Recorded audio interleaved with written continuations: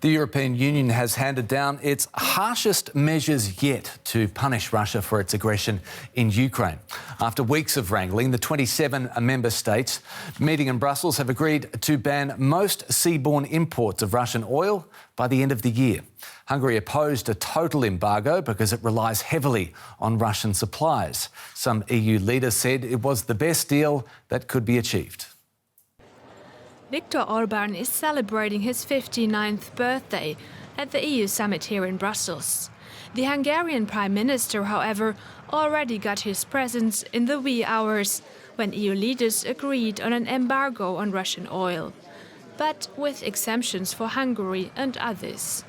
EU Commission President Ursula von der Leyen still presented the watered-down deal as a success. These sanctions are biting hard and are really destroying, and that's the goal, the basis, the financial basis of Putin leading this war and hitting hard the Russian economy. The EU plans to cut only Russian oil that's transported by sea. Hungary, Slovakia and the Czech Republic can continue to receive oil by pipeline for now. According to EU officials, in total 90% of Russian oil imports to the bloc will stop by year's end. Even those countries that would have liked to see a stricter embargo say it was most important to show unity.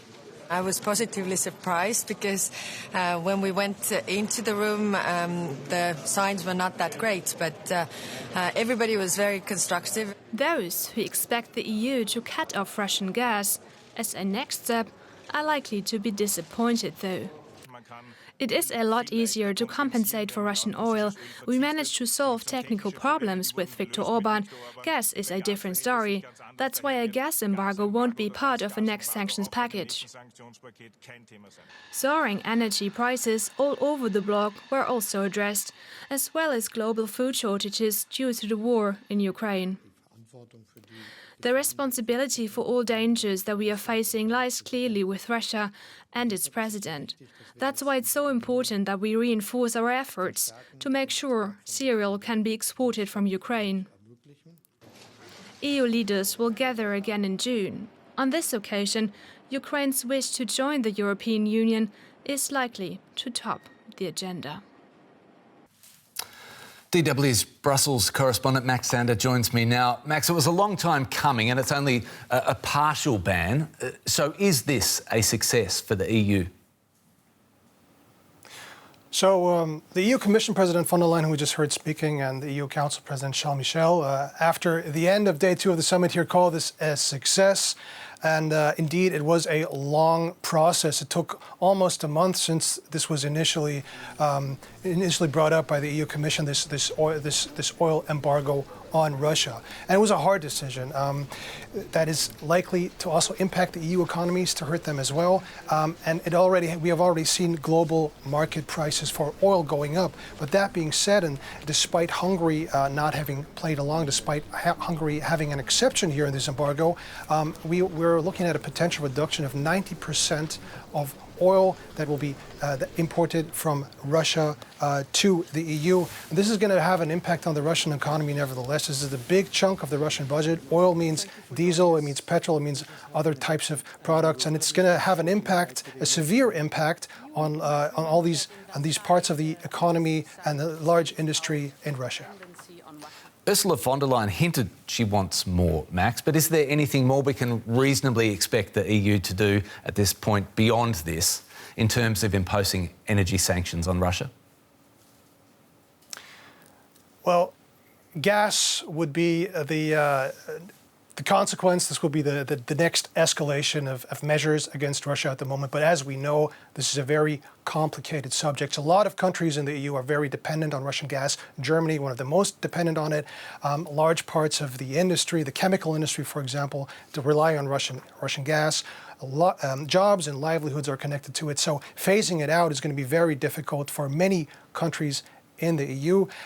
Countries are looking at alternatives, liquefied natural gas, for example, that that can be imported from other countries such as the US or from Qatar, but the infrastructure has to be put in place. And then there are also other countries in the EU, for example, Belgium, that don't even have significant imports of Russian gas, who said at the summit now that they're very hesitant in going further with this measure, worrying about impacts this could have on the markets. So oil is really can be seen as an achievement, a very difficult subject here, but gas is probably, we're not going to see that very soon. Briefly, Max, what else came out of this EU summit? So another important issue was food security.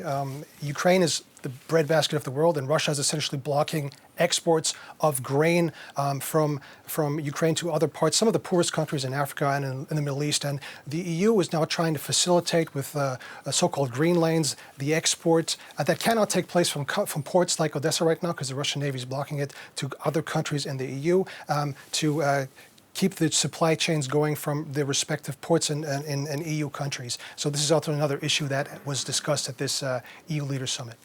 Max Sander in Brussels, thanks so much. For more on this, Mikhail Kritikin is an oil and gas expert based in Oslo. I asked him earlier just how much this partial oil embargo is going to hurt Russia's economy.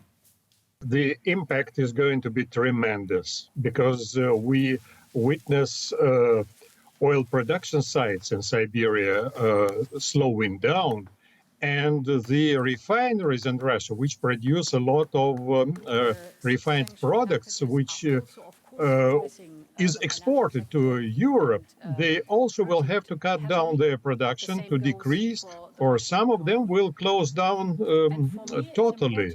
And all in all, if we consider all the impact on ancillary industries that help oil industry to prosper, I believe that the revenues to the Russian federal budget this year are going to lose about 25%. 25% is such a massive figure.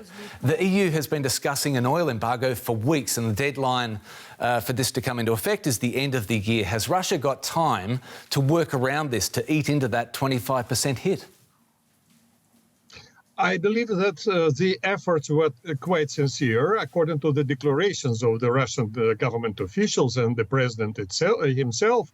But, everything pointed out to rerouting the export flows of oil and refined products to some other destinations, China and India. But we know that the transportation routes to China are loaded to full capacity, and just maybe adding a couple of tankers which would be able to deliver oil from Baltic ports to China is not going to be a solution. And India is not prepared to accept more than maybe 5 to 6 million tons a year. And when we look at Europe is consuming about 110 million tons a year. Compared to the incremental deliveries to India, hypothetical at this stage, I don't think India can be a solution as well.